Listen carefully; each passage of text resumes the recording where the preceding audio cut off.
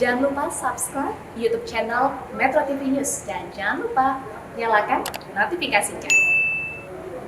Syarat prestasi Andika Perkasa tidak hanya di bidang militer dan waktu 400 hari menjabat Panglima TNI, cukupkah untuk membereskan pekerjaan rumah yang menanti? Kita sudah terhubung dengan pengamat militer dan terorisme Ridwan Habib. Mas Ridwan, selamat siang. Selamat siang, Mas Igan. Ya, salam sehat Mas Ridwan. Mas Ridwan sejak awal November sudah memprediksi Andika Perkasa ini akan ditunjuk oleh Presiden Joko Widodo. Sebetulnya apa sih yang membuat Andika Perkasa ini begitu diunggulkan begitu ya sehingga kemudian menjadi Panglima TNI? Saya kira semua kepala staf saat itu berpeluang ya, Mas Igan ya. Karena memang semua kepala staf pasti mempunyai kemampuan yang teruji untuk menjadi Panglima TNI. Barangkali faktor-faktor misalnya senioritas ya, karena Pak Andika Perkasa angkatan 87, sementara dua kepala staf yang lain itu 88. Kemudian mungkin yang juga dipertimbangkan adalah masa jabatan beliau, karena masa jabatan Pak Andika ini hanya 13 bulan. Dengan demikian tahun depan itu bisa dicari Panglima baru yang mungkin masa tugasnya panjang begitu. Karena kita tahu tahun 2023, 2024 itu Indonesia akan masuk ke persiapan pemilu dan pilpres. Dan tentu di situ situasi sosial politik agak hangat ya biasanya begitu. Iya, iya. Tapi dalam waktu 1 tahun itu apakah itu waktu yang cukup sebetulnya untuk menyelesaikan berbagai persoalan di TNI, Mas Ridwan?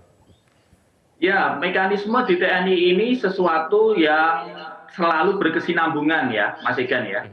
Artinya begini, kalaupun nanti program prioritas dari Pak Andika Perkasa yang tadi sudah dipaparkan di depan Komisi 1 belum semuanya selesai, kita meyakini akan ditindaklanjuti oleh Panglima berikutnya.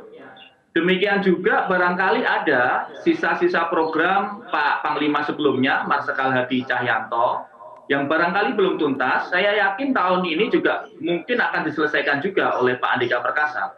Karena ini sebuah sistem, TNI itu sebuah sistem, tidak tergantung orang per orang. Oke. Mas Andika, kalau kita bicara mengenai kiprah dari Andika Perkasa di tahun 2002, ini kan disebutkan Andika pernah terlibat ya dalam operasi militer penangkapan Omar Faruk di Bogor. Nah, ini latar belakang Andika ini cukup tidak untuk membereskan persoalan terorisme di Indonesia? Ya, Pak Jenderal Andika Perkasa adalah seorang prajurit TNI yang saya melihat mempunyai kemampuan yang cukup lengkap ya. Mulai dari counterterrorism, beliau juga alumni pelatihan intelijen rahasia Charlie Kopassus tahun 1988 sampai 1989. Kemudian beliau lama sekali di kontraterorisme, bahkan tadi disampaikan Mas Igan menangkap Omar Faruk, pentolan Al-Qaeda saat itu, yang mencoba masuk ke Indonesia. Dan juga beliau menjadi Pangkostrat, pernah menjadi Pangkostrat, sehingga saya kira dengan pengalaman yang lengkap itu, insya Allah nanti tentu TNI bisa lebih membantu Polri ya, karena dalam penanganan terorisme ini kan ranah depannya atau penjuru depannya tetap Polri, karena penegakan hukum ya, pidana terorisme. Tapi nanti perannya TNI akan seperti apa sih, Mas Ridwan, kalau terorisme ini? Ya sama seperti hari ini, beberapa operasi kan sudah dilakukan. Misalnya penumpasan MIT di Poso, Pegunungan Taman JK dengan operasi Madagoraya. Jadi yang di depan nanti tetap Polri, statusnya TNI adalah perbantuan operasi. Nah, kita juga menunggu peraturan Presiden menanggulangi TNI, menanggulangi terorisme yang moga-moga dalam waktu dekat juga akan dikeluarkan. Karena setahu saya draftnya sudah di meja Bapak Presiden. Oke, Mas Ridwan, kalau terorisme kan juga ada kaitannya dengan gerakan separatis ya. Kita juga bisa melihat hal itu ada di Papua. Kita tahu kelompok kriminal bersenjata di Papua yang sekarang sudah masuk dalam kategori teroris ini masih berlangsung di sana. Ini menurut Anda penanganan yang sebaiknya kemudian dilakukan di sana di bawah Jenderal Andika Perkasa harus dilakukannya seperti apa sih, Mas Ridwan? Ya tentu dengan pengalaman Pak Andika Perkasa barangkali nanti akan dievaluasi ya. Apakah dengan gelar pasukan yang seperti sekarang ini efektif atau tidak, atau jangan-jangan lebih efektif dengan small unit gerilya. Jadi pasukan kecil mungkin 50-60 orang koopsus gitu ya, kemudian bersama Polri, tetapi efektif dan bergerak di kantong-kantong KKB teroris itu. Kalau yang sekarang kan gelar pasukan ya, gelar pasukan dengan 2 Kodam, kemudian ada Satgas Perbantuan dari Kostrad dan sebagainya. Nah, barangkali nanti akan juga, saya yakin Pak Andika dengan pemahaman beliau tentang kontraterorisme dan penanganan separatisme, saya yakin akan ada evaluasi nanti. Tapi harus dilakukan dengan cara yang baru nih, Mas Ridwan. Ini kan KKB ini masih saja ada di sana begitu, penembakan juga masih terus terjadi. Bagaimana, Mas Andi?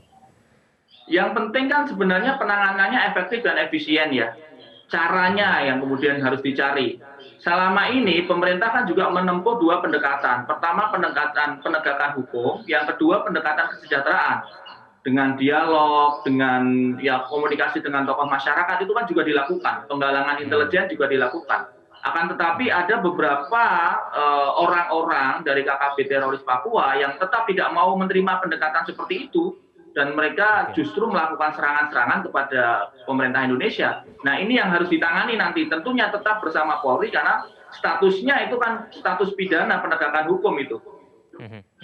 Tapi kategori tindakan terbatas ini akan menjadi beban tidak sih untuk TNI? Ini kan ada isu HAM juga begitu. Ketika kemudian TNI mau melakukan upaya ekstra begitu, upaya lebih keras, tapi kemudian dikhawatirkan ada isu HAM yang akan mengikuti. Bagaimana, Mas Ridwan? Pemahaman tentang penghormatan hak asasi manusia di lingkungan TNI saya kira hari ini sudah sangat baik ya. Saya beri contoh misalnya pendidikan tentang penghormatan HAM di Akademi Militer misalnya. Kemudian pendidikan di Seskoat juga memasukkan unsur-unsur HAM. Demikian juga di Seskoal maupun di Sesko AU. Jadi saya kira insya Allah para prajurit di lapangan sudah memahami koridor-koridornya. Mana yang nggak boleh karena ini melanggar HAM, mana yang memang ini ranahnya penegakan hukum. Lagi-lagi kan penegakan hukum ya, jadi TNI di situ perbantuan Polri. Tidak boleh misalnya TNI sendirian bergerak, karena KKB teroris ini ranahnya pelanggaran pidana. Oke, baik Mas Ridwan Habib, terima kasih telah bergabung sama kami di Metro Siang. Selamat siang Mas Ridwan.